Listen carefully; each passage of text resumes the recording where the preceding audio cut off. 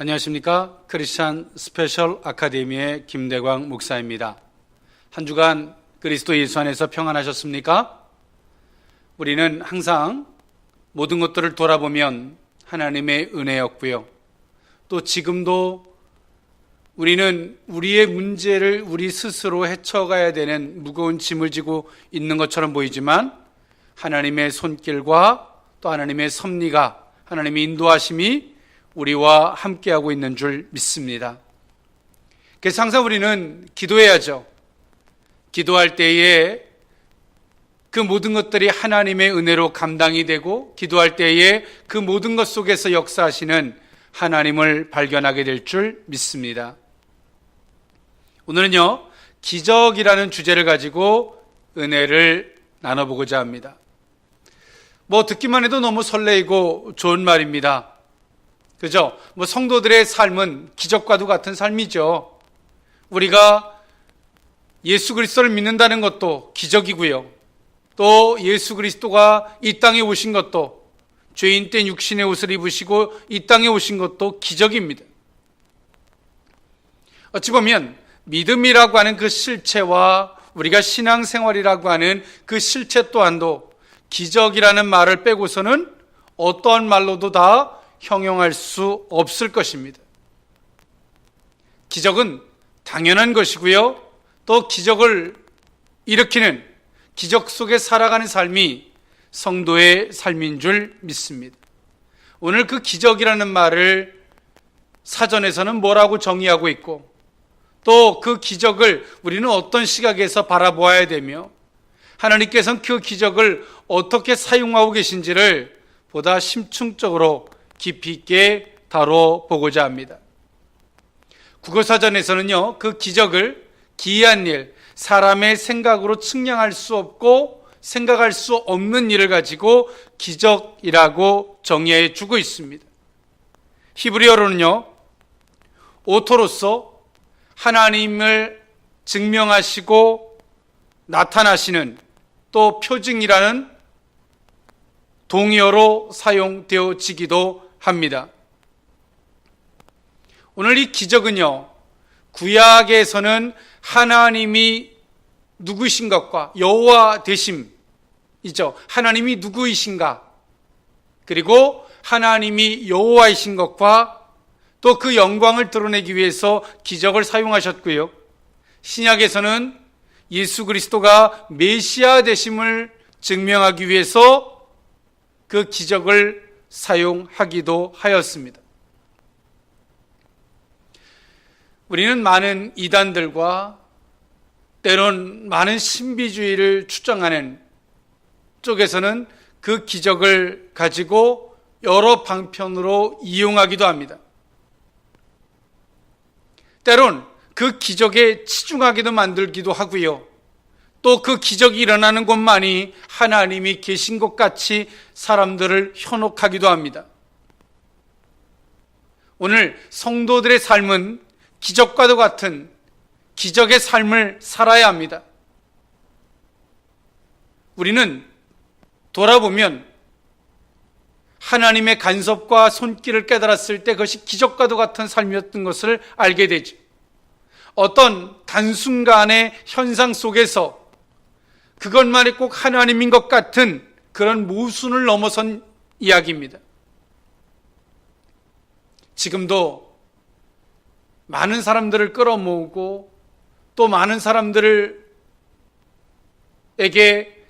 자신들이 주장하고자 하는 그것을 전달하기 위해서 기적이라고 하는, 현상이라고 하는 것을 앞세워서 때론 포장하는 많은 단체들도 있습니다. 초대교회도 기적은 있었지만 그 기적의 의미와 지금 많은 사람들이 그 기적을 활용하는 것과는 많은 차이가 있습니다.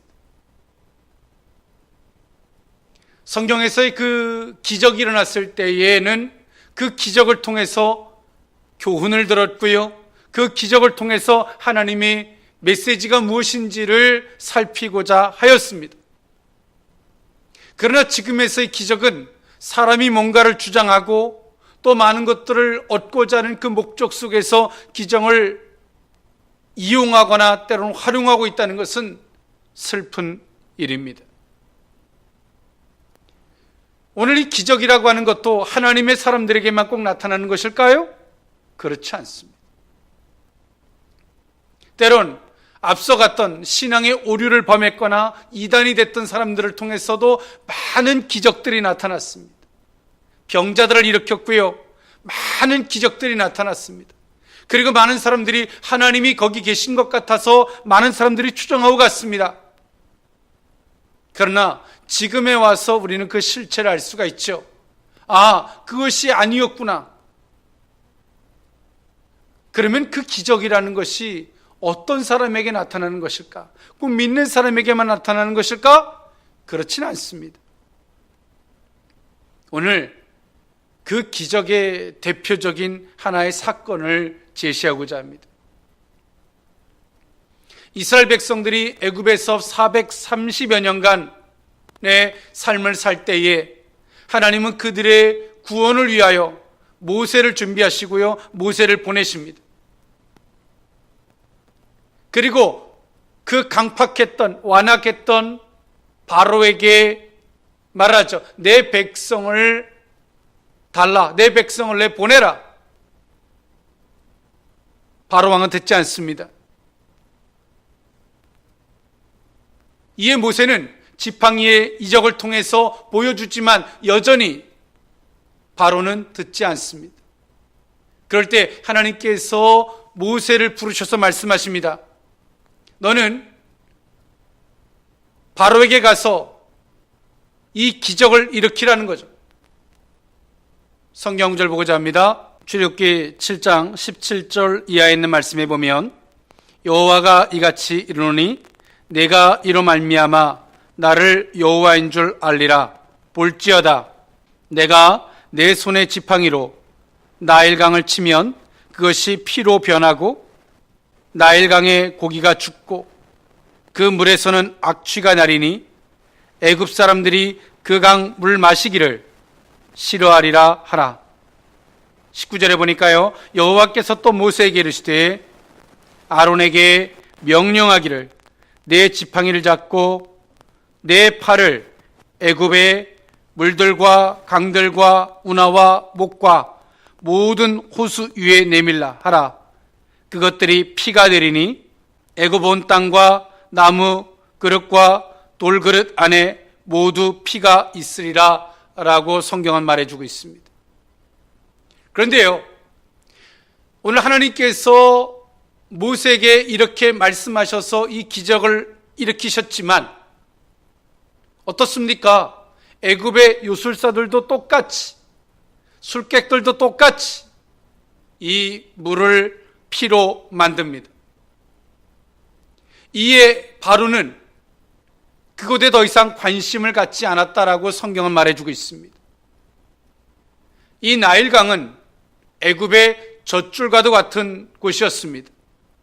애굽 사람들은 그 나일강의 물을 마셨고요. 그리고 그 나일강을 신처럼 숭배하기도 하였습니다. 하나님은 그 바로의 완악한 마음을 꺾기 위해서 10가지의 재앙을 주시는데 첫 번째 재앙이 오늘 이 나일강의 피 재앙입니다. 그런데요, 오늘 여기서도 보면 웃지 못할 이 아이러닉한 일이 생기죠. 모세가 물을 아론을 통해서 지팡이를 내밀어서 물을 피로 변하게 만들었지만 동일하게 오늘 이 요술사들도 애굽의 이 술객들도 똑같이 물을 피가 되게 만들었다는 것입니다. 여러분, 어떤 게 기적일까요? 모세가 한 게 기적일까요? 아니면 그 애굽의 술객, 요술사들이 한 것이 기적일까요? 우리는 하나님을 믿는 사람들이니까 당연히 모세가 한 게 기적이라고 말하겠죠. 그러면 그 요술사들이 한 것은 무엇일까요? 속인, 눈가림하고 속인 행동일까요? 그렇지 않습니다. 동일하게 물이 피로 바뀌었습니다. 어떤 게 기적일까요? 그럼 우리는 고민에 빠지죠.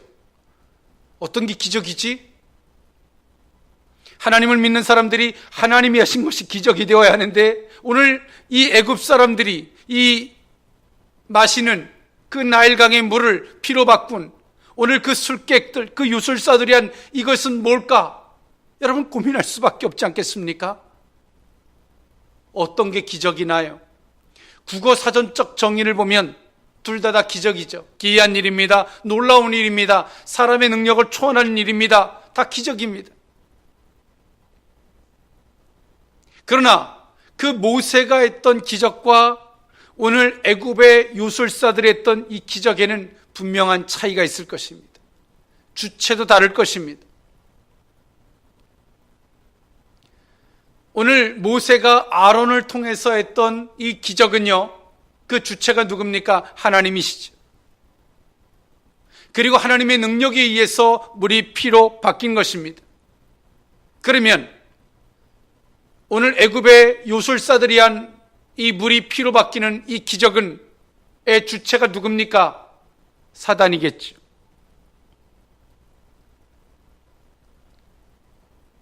오늘 그 사단은 왜 이렇게 하고 있을까요? 하나님께서 오늘 이 기적을 일으키는 데는 바로의 마음에 완악한 마음을 꺾고 하나님의 사람들에게 여호와인 것을 증명하기 위한 것이 있다면 사단은 왜 그랬을까요? 목적이 뭘까요? 바로로 말미암아 하나님을 보지 못하게 하는 것입니다. 하나님의 사람들로 말미암아 그가 여호와이신 것을 보지 못하게 하기 위해서 오늘 술객들도 똑같이 따라하고 있는 것입니다. 오늘 우리는 보여지는 기적만을 생각한다면 다 기적이죠. 그러나 이 기적의 주체도 다르고요, 기적의 목적도 다르고요, 그리고 그 기적을 통해서 나타내고자 하는 것도 분명히 다르다는 것입니다. 오늘 모세를 통해서 일으키셨던 이 하나님의 이 기적은요, 그 속에 담긴 메시지가 있었습니다. 너희가 내 말을 듣지 아니하면 이 애굽이 피바다가 되게 할 것이라는 겁니다. 애굽의 장자가 죽고 피바다가 되게 할 것이다. 그것이 하나님께서 던지고자 하는 메시지였습니다. 그 기적을 통해서 말이에요. 그렇다면 이 사단이 주고자 했던 이 기적의 메시지는 뭘까요? 눈을 가리고 우리의 마음을 완악해지게 만들어서 우연한 일처럼, 아무것도 아닌 일처럼 만들어서 하나님을 두려워하거나 하나님을 보지 못하게 만들기 위해서 오늘 사단은 이렇게 간교하게 역사하고 있다는 사실입니다. 오늘 우리는 기적의 삶을 살고 있는 것입니다. 이미. 그리고 이 나타나는 현상을 통해서 그 기적이 무엇인지, 그 기적을 통해서 메시지를 깨닫고자 하지 아니하면 사단의 기적과 우리는 별 다를 바가 없습니다. 오늘 이 모세가 일으켰던 이 기적을 통해서 던졌던 메시지를 오늘 바로 왕은 듣지 않습니다. 그 결과 무엇입니까? 애굽의 장자가 다 죽어나가는 피바다가 되는 일이 발생을 합니다. 하나님은 지금도 우리에게 그 기적을 통해서 메시지를 전달하고 있습니다. 그런데 오늘 우리는 그 메시지를 들으려고 하지 않습니다. 때론 두려운 마음이 있다가 과학의 논리로, 때론 이성의 논리로, 이치의 논리로, 또 생물학적인 논리로 어떤 일들에 대한 설명을 들으면 우리 속에 하나님에 대한 두려움과 경외심과 오늘 이 하나님을 향하던 그 시선이 사라져버리고 아무것도 아닌 일처럼 그렇게 평범하게 살아가게 되는 것입니다. 오늘 우리가 기적만을 추정하게 되면 어떤 문제들이 더 발생을 하는지, 어떤 이 신앙의 오류가 발생하는지 하나 더 예를 들어볼까 합니다. 누군가가, 어느 집사님이 길을 걸어가다가 다리가 부러졌어요. 하나님의 기적으로 말미암아 다리가 붙었습니다. 감사하죠. 기적입니다. 감사할 것입니다. 그렇다면 오늘 여기서부터 오는 모순이 있어요. 성경은 말합니다. 날아가는 참새도 하나님이 허락지 아니하시면 떨어지지 않는다는 말씀이 있어요. 모든 일에는 우연이 없다는 말씀이죠. 우리가 하나님의 메시지, 하나님께서 왜 이 다리를 다치게 했을까? 그리고 왜 고치게 해주셨을까에 대한 뜻을 헤아리지 아니한다면 어떤 모순이 발생하냐면 하나님께서 다리를 분질러 놓으시고 다리를 다시 붙여줘서 너는 내게 감사하라 라고 하는 말이 성립이 되는 거예요. 뭐 고전 동화의 놀부처럼 말이에요. 제비다리를 분질러 놓고 다시 그것을 고쳐주고 뭐 호박씨를 물고 오라고 하는 것과 동일한 것이죠. 그것은 참된 신앙이 될 수는 없습니다. 오늘 하나님의 기적은요, 그런 기적하고는 다릅니다. 다리가 다쳐지고 다리가 다시 붙어져서 그에 무조건 감사하라? 그렇지 않습니다. 오늘 우리는 우리가 다리가 부러졌다면 다리가 부러진 것 속에서도 하나님의 메시지가 있고요. 그리고 그 다리가 고쳐짐 속에서도 거기에 메시지가 있습니다.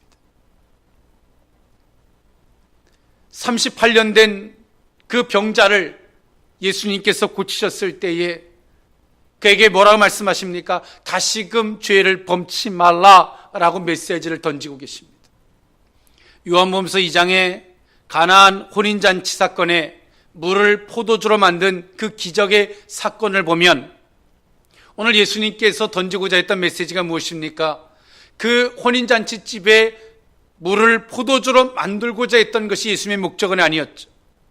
그것을 통해서 당신이 장차 십자가에 못 박혀 죽으시고 당신이 하셔야 할 그 사역을 말씀하시고자 하셨던 것입니다. 단순하게 오늘 성도들의 필요의 목적만을 채워주는 것, 그것 때문에 기이한 일들, 그것 때문에 오늘 우리는 감사하고 응답받았다라고 말하지만 그 자체를 기적이라고만 말한다면 오늘 세상 사람들과 하나님의 사람들에게는 차이점이 없는 것입니다. 하나님은 성도들을 지금도 기적 속에 살아가게 하시고 계십니다. 그런데요, 오늘 그 속에서 그 기적을 통해서 그 현상들을 통해서 하나님이 오늘 우리들에게 던지고자 하는 메시지가 무엇인지 우리는 알고자 해야 합니다. 단순하게 다리를 고쳐줬으니까 감사하다. 그것은 기복주의입니다. 다리가 고쳐졌기 때문에 여기만 하나님이 계시다. 그건 이단들이 피는 논리들입니다. 오늘 하나님은 성도들 삶 속에 그 성도들이 가는 곳마다 어느 곳이시든 하나님은 함께하고 계시고요. 그들에게 지금도 여전히 기적을 불러일으켜 주고 계십니다. 그것은 단순한 기적을 넘어서 하나님은 그걸 통해서 여전히 우리에게 말씀하고 계신 것입니다. 때론 우리가 다리가 분질러지고 넘어지고 그 속에서도 하나님의 기적이 있고요. 하나님의 말씀하심이 메시지가 있다는 것입니다. 너 그 길로 가면 안 돼. 멈춰. 이것은 내가 너를 향한 경고야, 브레이크야. 말씀해 주시는 거죠. 내가 목적한 것만이 이루어진 것이 기적이 아닙니다. 때로는 하나님께서 그렇게 다치게 한 것도 기적이고요. 그렇게 브레이크를 걸어주시는 것도 기적입니다. 하나님은 지금도 우리에게 여전히 말씀하고 계세요. 그 음성을 듣는 자들에게는 그 모든 것들이 기적이 될 것입니다. 그리고요, 그 메시지를 내가 들었을 때에 하나님 맞습니다. 내가 하나님이 원치 않는 이 길로 가지 않겠습니다. 돌아서고 다짐하고 결단할 때에 하나님의 치료의 권능이 임하고 하나님의 치료의 은혜가 임할 때 우린 거기서 또 메시지를 듣죠. 그래, 사랑하는 아들아, 사랑하는 내 딸아, 맞다. 내가 그것을 기뻐한다. 내가 너를 축복하마. 내가 너에게 은혜를 베풀마. 그 메시지가 있는 거예요. 그 메시지는 단순하게 어떤 결과적인 것만이 이루어진 것만의 메시지가 아니라 그 다친 것에도 또 그 과정 속에서도 또 결과에 때론 기적 같은 상황 속에서도 그 메시지를 듣는 것이 곧 신앙인 줄 믿습니다. 오늘 그 메시지를 듣지 못한다면 그것은 어찌 보면 사단들이 하는 행동들과 사단들이 하는 그 현상들과 현혹하게 하는 것과 별 다를 바가 없는 것입니다. 오늘 우리는 그 어떤 것 속에서도 메시지를 듣고자 한다면 오늘 그 속에서 우리는 이미 그 자체가 기적이 될 것입니다. 그리고 그 기적의 산 주인공 같은 역사의 삶을 살게 될 줄 믿습니다. 지금도 사단은 간교하게 기적을 일으킵니다. 오늘 모세가 나일강을 물을 피로 변하게 했을 때에 애굽 사람들이 그 나일강을 신처럼 숭배하고 있었을 때 그 물이 피로 변할 때 어떤 생각을 했겠습니까? 애굽은 다신론의 사상을 갖고 있었습니다. 우리의 신보다, 나일강의 신보다, 애굽의 그 나일강의 신보다 여호와의 신이 더 대단한가 보다라고 생각했을지도 몰라요. 그런데요, 애굽의 요술사, 애굽의 그 술객들도 동일하게 그렇게 할 때, 여호와나 우리 애굽의 신이나 별 다를 바가 없구나 라고 생각했을지도 몰라요.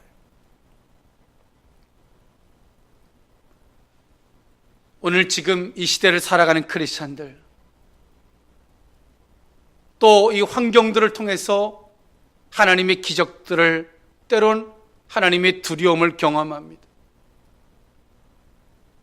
그 속에서 때론 과학자들이든 때론 이 모든 것들은 자연의 현상일 뿐이고 때론 이것들이 인간이 자연을 파괴해서 오는 현상들, 때론 난기류와 온기류가 만나서 이렇게 설명을 해 가다 보면 우리는 어떤 오류에 빠집니까?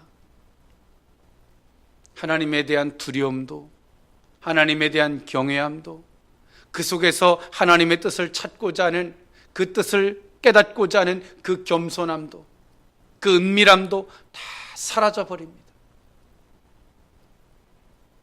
이것들이 우연한 일이겠구나, 아무것도 아니네, 과학자들이 말하는 때론 자연의 현상과 같은 소개들로 우리가 생각된다면 여러분 어떻습니까? 하나님의 사람들에게 남는 것은 아무것도 없어요. 하나님은 계시지 않는 거예요.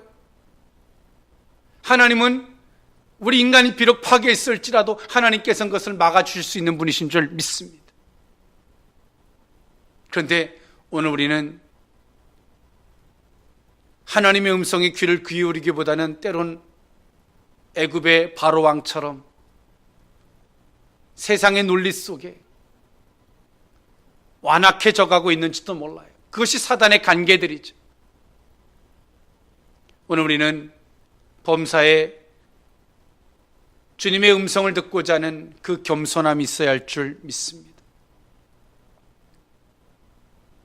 하나님의 뜻을 배제한 어떤 현상으로 몰아가는 이단들과 때론 그 그릇된 요소들 속에서 벗어나고 깨어날 수 있기를 원합니다. 하나님은 살아계신 분이십니다. 지금도 성도들과 깊은 교제를 하길 원하시고요, 지금도 그 은혜와 그 은혜의 메시지를 우리에게 말씀하시고 싶으신 분이십니다. 우리의 모든 삶은 기적과도 같은 삶입니다. 여러분, 겸손의 무릎을 꿇읍시다. 사단은 지금도 그 무릎을 꿇지 못하도록 우연한 일이야 과학적으로 논리적으로 우리의 성도들의 귀를 막아가고 있습니다. 여러분, 분별합시다. 깨어납시다. 그리고 주의 음성을 들읍시다. 그리고 우리의 생명된 삶을 살아갑시다. 여러분, 한 주간도 평안하시되요. 하나님 앞에서 하나님과 깊은 교제의 삶, 생명력 있는 기적의 삶을 사실 수 있기를 주님의 이름으로 축원합니다. 지금까지 크리스천 스페셜 아카데미의 김대광 목사였습니다. 감사합니다.